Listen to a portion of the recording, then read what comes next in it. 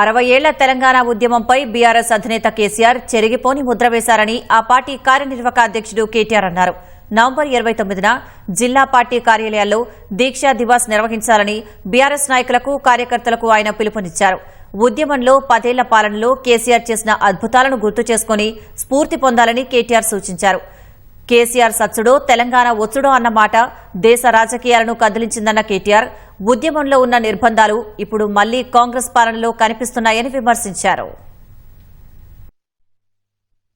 60 ఏళ్ల తెలంగాణ ఉద్యమ చరిత్రపై కేసీఆర్ అనే ఒక చెరిగిపోని చెరిపేయలేని సంతకం చేసిన నాయకుడు కేసీఆర్ గారి నిరాహార దీక్ష ఈ మహోజ్వల ఉద్యమాన్ని మలుపు తిప్పిన రోజు అనే విషయం మనందరికీ కూడా తెలుసు. 29 నవంబర్ 2009 స్వరాష్ట్ర కళ సాకారానికి పునాది వేసిన రోజుగా తెలంగాణ చరిత్రలో నిలిచిపోయే ఒక శుభదినం. 3 కోట్ల తెలంగాణ ప్రజలు ముక్తకంఠంతో ఆనాడు మా తెలంగాణ మాకు కావాలి అని కేసీఆర్ సచ్చుడో తెలంగాణ వచ్చుడో అని తెగువను ప్రదర్శించిన నాయకుడికి అండగా నిలబడి దేశ రాజకీయ వ్యవస్థనే కాశ్మీర్ నుంచి కన్యాకుమారి దాకా కదిలించిన ఒక సందర్భం దీక్షా దివస్.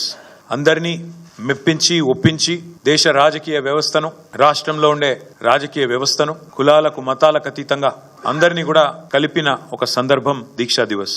29 నవంబర్ మా అన్ని జిల్లా పార్టీ కార్యాలయాల్లో పెద్ద ఎత్తున దీక్షా దివస్ కార్యక్రమాన్ని నిర్వహించబోతా ఉన్నాం. 33 జిల్లా కేంద్రాలు అంతటా కూడా ఈ కార్యక్రమాన్ని ఘనంగా నిర్వహించాలని చెప్పి నిన్న కొంతమంది సీనియర్ నాయకులందరం కూడా సమావేశమైనాం.